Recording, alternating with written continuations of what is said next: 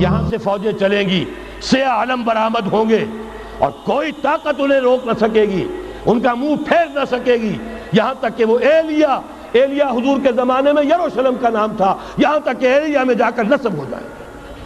گویا کہ یہ جو ہمارے ہاتھ سے نکلا ہے قبضے سے، پہلے بھی عربوں کے ہاتھوں سے نکلا تھا بیت المقدس، یروشلم، عرب واپس نہیں لے سکے تھے. کرد خون صلاح الدین ایوبی اس نے واپس لیا. عربوں میں دم نہیں رہا تھا، عیاشیوں کی وجہ سے کھوکھلے ہو چکے تھے. میں تجھ کو بتاتا ہوں تقدیر امم کیا ہے، شمشیر و سنا اول، طاؤس و رباب آخر. یہی وجہ ہے کہ تقریباً 20 صدی کے بعد ان کی حکومت ختم. آشمارا حق بود گر خون بارد بر زمین، بر زوال ملک مستعصم امیر المومنی. یہ ہوا کہ نہیں ہوا؟ جبکہ آئے ہیں تاتاری ہورڈز، اور جنہوں نے کہ آخری خلیفہ بنو عباس اسے محل میں سے نکالا، ایک کھال کے اندر لپیٹ کر، اور اپنے گھوڑوں کے سوؤں تلے کچل دیا. عرب معزول کر دیے گئے تھے، لیکن اب دوبارہ عربوں کو جب سہارا ملا ہے، لیکن اب بھی انہوں نے کہیں اسلام قائم نہیں کیا. کوئی روس کا غلام رہا، کوئی امریکہ کا غلام رہا، کسی نے اس کا ساتھ دیا، کسی نے اس کا ساتھ دیا. تہذیب ہے تو مغربی، تمدن ہے تو مغربی، وضع میں تم ہو نصارہ تو تمدن میں ہنود.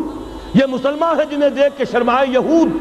یہی معاملہ جب ان کا ہوا تو اب اللہ تعالیٰ کی طرف سے ان کے اوپر وہ عذاب کی بھٹی گرم ہونے والی ہے. لیکن اس کے بعد پھر یہاں سے جائیں گے وہ جو ان کی مدد کریں گے، اور یہ ایلیا کو واپس لینے والے یہ مشرق سے چلنے والے لشکر ہوں گے.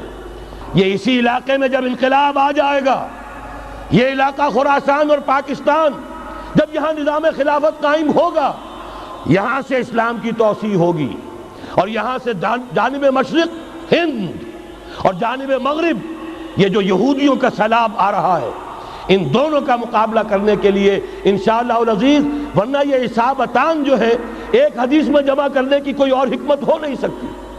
ورنہ تو ہندوستان پہ کئی لشکر آئے ہیں، لیکن یہ کہ در حقیقت اسی وقت جب کہ عالم عرب میں وہ بھٹی دہکے گی، اسی وقت یہاں انقلاب آ چکا ہوگا. ایک طرف یہاں سے مدد کے لیے لشکر جائیں گے کہ جو مسلمان عرب جو ہیں ان کی مدد کریں گے، حضرت مہدی کے جھنڈے تلے لڑیں گے، حضرت مہدی کی حکومت کو مستحکم کریں گے، یؤتمون للمہدی. دوسری طرف وہ ہندوستان کی طرف پیش قدمی کریں گے، اور یہیں سے جیسے اس وقت سیلاب نکلا تھا جزیرہ نما عرب سے، ایک داہنی طرف ایک بائیں طرف، ایران، افغانستان، ترکستان، ادھر مصر، لیبیا، الجزائر، مراکش، موریتانیہ، اسی طریقے سے انشاءاللہ اسی علاقے سے اس کا آغاز ہوگا اور بات آگے بڑھے گی.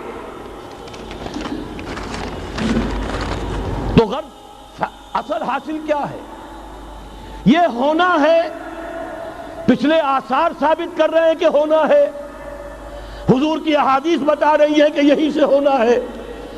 ہوا صرف یہ ہے ہم بھٹک گئے، ہمیں اپنی منزل یاد نہ رہی. میں تو بہرحال ان لوگوں میں سے ہوں جنہوں نے نعرے لگائے تھے پاکستان کا مطلب کیا، لا الہ الا اللہ. میں سن 46 میں یہاں حبیبیہ ہال میں قائد اعظم نے مسلم اسٹوڈنٹ فیڈریشن کے جس اجلاس کو خطاب کیا تھا، ضلع حصار سے جو 2 ڈیلیگیٹ آئے تھے ان میں سے ایک میں تھا.